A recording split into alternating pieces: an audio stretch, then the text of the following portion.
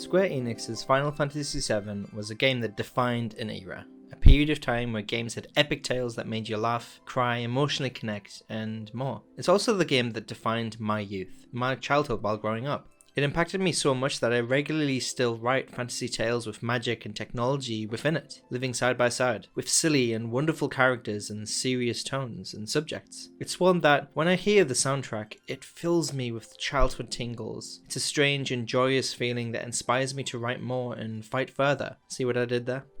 All I want to say is that, without giving any spoilers, this remake is something of a rarity. We've had many games and films of games released over the last 2 decades that don't quite capture the same kind of je ne sais quoi of the original. But this one, it's hard not to talk about it without having a huge grin on my face, to be honest. The introduction, showing the city of Midgar and then going down into that alley where the original intro began, and then the music, the score building up to reveal and then Cloud, well, I almost felt my legs weren't my legs anymore. It felt like the world was falling away from underneath and I was getting lost in this old, new, what do I call this, experience, this overload of nostalgia. The dialogue is roughly the same of the original, with the fantastic voice acting lending to the characters a soul and a personality that really does match the voices I had in my head from growing up, something of a rarity in itself too.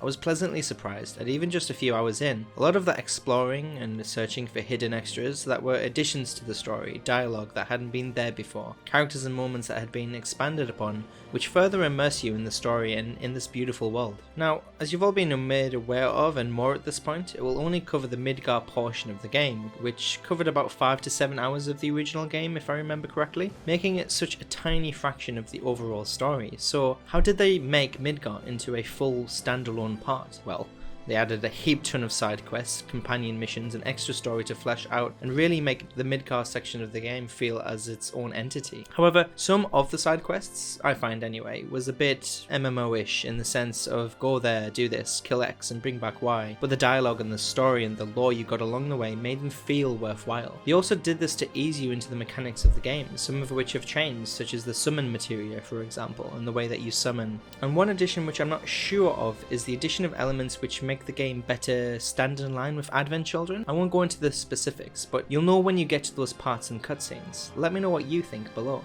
Overall they did a bloody fantastic job of this first part, and I personally can't wait to see what they accomplish with the rest, as it will involve many more locations, locales, and open world gameplay. A lot of people are complaining that it's being split into several parts. However, when you see the quality of the mechanics, the voice acting, the artwork which truly reflects the original, additional story which fleshes out the world and more, they achieved something truly spectacular here, and I'm often quite critical of the things I spend my time on. I mean, Square Enix are the company that released Final Fantasy XIV, which bombed at launch and nearly crippled the company. They changed it, re-released it, and now it's one of the best MMOs on the market, especially one of the best with the most interesting stories, characters, especially Shadowbringers, which has recently just been released, relatively. They truly care about their fan base, and they are truly passionate about the stories they want to tell, making them, along with CD Projekt Red, BioWare, and Larian Studios, to be my favourite game production studios at the moment. Also, I do want to make a side note about the battle system before I forget. The battle system is obviously very different from the original, being more action orientated. However, it feels engaging enough to get that instant gratification of moving around and feeling the heft, the weight behind your attacks. The ATB gauge still makes sense, and the items, skills, magic, and more that you can use the ATB gauge on really do feel more impactful and like the original game. The instant action just adds another layer, another element to the combat, and it feels great, to be honest. All I can say is that if you're a fan of the original, you're going to love this updated,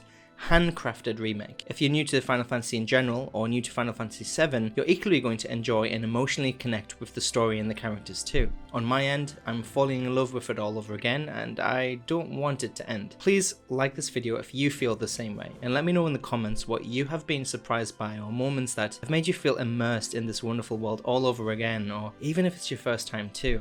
And please share it with people who want a true opinion, without giving specifics or spoiling anything. Seriously, even if you've played the original, there's some surprises waiting for you. I'll get to writing my stories now, and maybe progress an hour or two in the game after. And I'll see you in the next one.